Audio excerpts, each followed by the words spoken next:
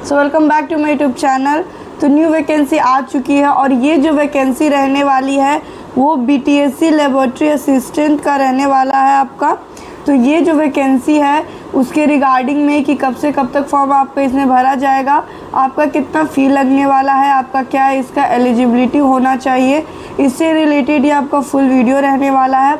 तो आप इस वीडियो को लास्ट तक देखिएगा जिससे आपको पता चलेगा कि आप इस फॉर्म को भरने के लिए यानी कि बीटीएससी लेबोरेटरी असिस्टेंट के इस फॉर्म को भरने के लिए एलिजिबल हो या नहीं हो और इसमें टोटल कितने पोस्ट रहने वाले हैं वो सभी आपको इस एक वीडियो में पता चलने वाला है। सो वीडियो को लास्ट तक देखिएगा। तो वीडियो को स्टार्ट करते हैं। तो सबसे पहले मैं बात करूं कि बीटीएससी क्या होता है। तो बीटीएससी जो होता है वो बिहार टेक्निकल सर्विस कमीशन होता है। इसी में आपका इसी का पोस्ट में आपका जो है वो लेबोरेटरी असिस्टेंट का वैकेंसी आया हुआ है, इस ब्रांच में आया हुआ है, ठीक है। और इसमें अगर मैं बात करूं तो आपका फॉर्म भराना शुरू जो हो गया है वो 6 अप्रैल से फॉर्म भराना शुरू हो जाएगा आपका इसमें, ठीक है। तो आप इसका फॉर्म 6 अप्रैल से भर सकोगे और इसका लास्ट डेट आपका 6 मई रहने वाला है, यानी कि 6 मई तक आप इसका फॉर्म भर सकते हो।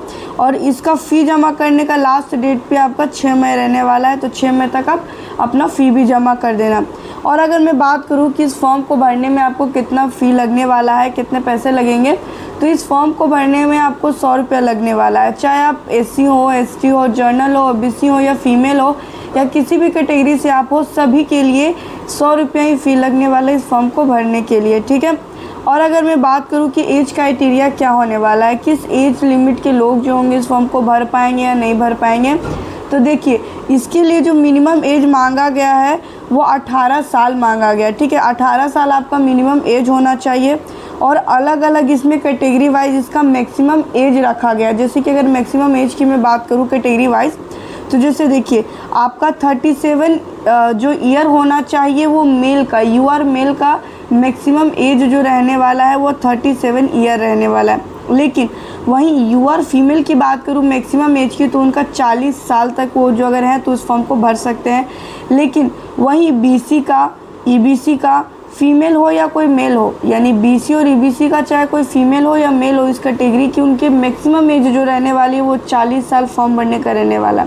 लेकिन वहीं एससी या एसटी कैटेगरी के चाहे कोई फीमेल हो चाहे कोई मेल हो, उनके लिए इस फॉर्म को भरने के लिए जो मैक्सिमम एज रहने वाला है वो 42 ईयर्स रहने वाला है। यानी कि इससे ये समझ में आता है कि इस फॉर्म को भरने के लिए जो मिनिमम एज होता है वो 18 साल होना चाहिए, लेकिन मैक्सिमम एज कैटेगरी वाइज अलग अलग दिया गया है, जो कि मैंने आपको बता दिया, क्लियर कर दिया है कि आप जिस कैटेगरी से हैं तो आपका मैक्सिमम एज कितना है, तो आप इस फॉर्म को भर सकते हैं या नहीं, आपका क्लियर हो चुका होगा, आई होप सो।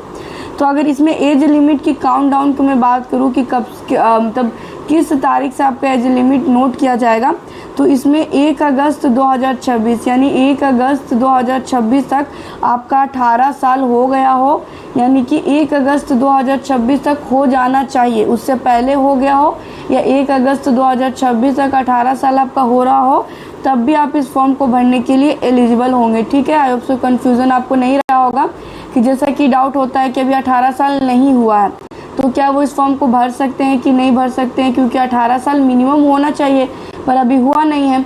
तो आप सभी जिनका 1 अगस्त 2026 तक 18 साल हो जाएगा वो भी इस फॉर्म को भर सकते हैं, भले ही अभी नहीं हुआ हो, लेकिन 1 अगस्त 2026 तक हो जाएगा, वो फॉर्म को भर पाएंगे।